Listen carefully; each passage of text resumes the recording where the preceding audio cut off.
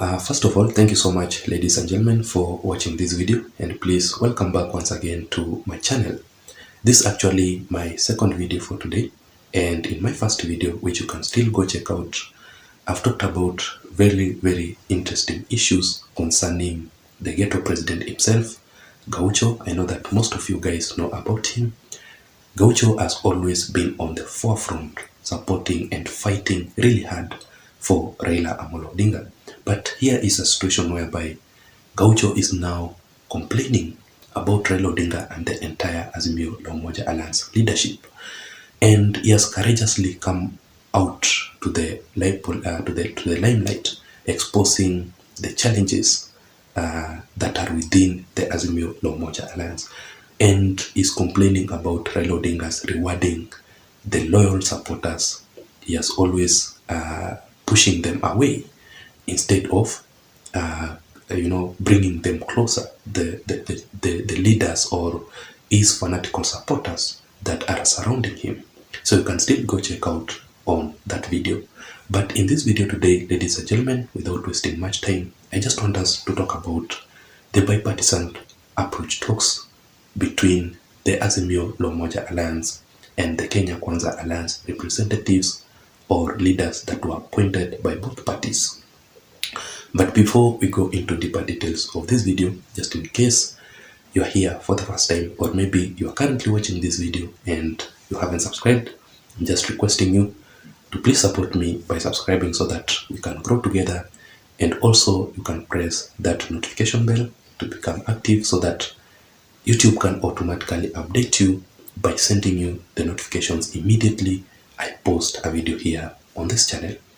And to my returning subscribers, I really want to appreciate you so much for your continued support. You can also give this video a like so that YouTube can recommend this video to reach out to others. So having said that, let us now go straight into our critical analysis for today. And I personally come to realize that the Azimio Alliance representatives or the leaders are never ever serious during the bipartisan approach talks. They're just jokers who are there to waste other people's time. And the reason as to why I'm saying this is that, first of all, the main purpose of the bipartisan approach talks is to solve the issues so that both parties, the Azimio Alliance and the Kenya Kwanza Alliance, can come up with a final agreement, to actualize on the issues, on the challenges that have been affecting both parties. But when you look at it carefully, is that the Azimio Alliance representatives, instead of them coming up with a solution to the issues, to these challenges, they are just there to complain and accusing William Samuel Ruto on the issues that are not even causing any impact. On my side, I've never had any situation whereby the Kenya Kwanza Alliance leaders are complaining about Raila Odinga issuing threats, suspending the bipartisan approach talks. These are the issues that needs to be addressed without wasting much time before it erupts, because I personally think that this bipartisan talks is very important, because at least it prevents on other issues like maandamano and destruction of other people's properties and wastage of time, and also it brings unity within the leaders and the country at large. So it is very important.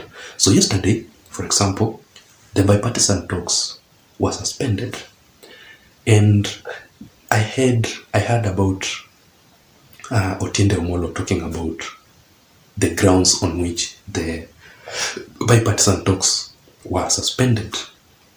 And these issues actually don't need even, they're not big issues actually. First of all, the Azimio Alliance are accusing President William Samuel Ruto on several issues. Like, for example, they are talking about the opening of the servers. The reason as to why the bipartisan talks were suspended yesterday, it is because William Samoei Ruto failed to open the servers for the Azimio La Umoja Alliance. But ladies and gentlemen, the truth of the matter here is that, even themselves know about this. President William Samoei Ruto does not have any powers to open the IEBC servers. Let us agree on that once and for all. The only people who can open the IEBC servers is none other than the IEBC itself.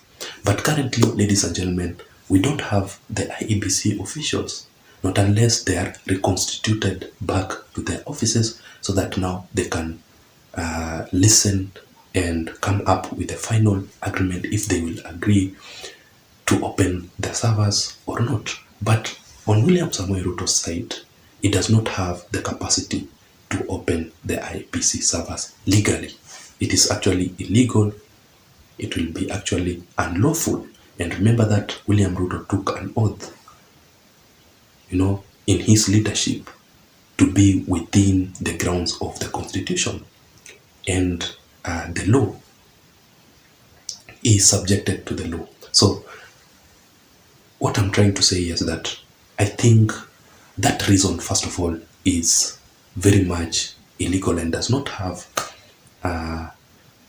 any impact, or there was no even reason as to why they should suspend the bipartisan approach talks on the grounds of the IEBC servers. Secondly, ladies and gentlemen, I heard Otiende Omolo talking about they are being shortchanged with President William Samoei Ruto. And the reason as to why the Azimio La Umoja Alliance are complaining about this is that they are saying that William Samoei Ruto has failed to put into action on their previous agreements. He has failed to actualize on the agreements that they agreed upon in the previous talks. But what I can say is that, first of all, William Samoei Ruto, before he actualizes these agreements, he must look at it very, very careful. Despite the fact that the bipartisan approach talks have agreed on something, does not mean that William Samoei Ruto will go and actualize on the issue. William Samoei Ruto have to look at it very carefully. Maybe it needs time, or maybe what they have agreed upon is not within the law, is not legal. It is actually illegal. So it does not mean that William Samoei Ruto will now automatically, actualize on the issues that they have talked about. So the reason as to why this bipartisan approach talks were suspended is because William Samoei Ruto failed to actualize on the agreements that both representatives of both parties agreed on. Thirdly, ladies and gentlemen, they're talking about William Samoei Ruto has failed to stop the reconstitution of the new IEBC officials. But what I can say about that issue is that, first of all, the reconstitution of the new IEBC officials is very much legal. They followed the law, they followed the legal process. William Samoei Ruto, on his capacity, does not have the powers to stop the reconstitution of the new IEBC officials. If anybody has to stop that move, is the court of law. So basically here, the bipartisan approach representatives do not have the powers or the capacity to order William Samoei Ruto to order the reconstitution of the new IEBC officials to stop. Who is he? These are the kind of temptations that William Samoei Ruto has to face. And he has to be very, very careful on making any decision there. So the only people who can stop the reconstitution of the new IEBC officials is none other than the court of law itself, not William Samoei Ruto. And the most shocking thing during the suspension of these bipartisan approach talks, none of the Azimio La Umoja Alliance talked about the rising cost of living. At least if they would have come up with the grounds on the high cost of living, that is why they're suspending the bipartisan talks, at least I would have, supported them. But here is a situation whereby the reasons they are giving us is all about themselves, positions, and Raila Odinga. The IEBC, no one is talking about the rising cost of living.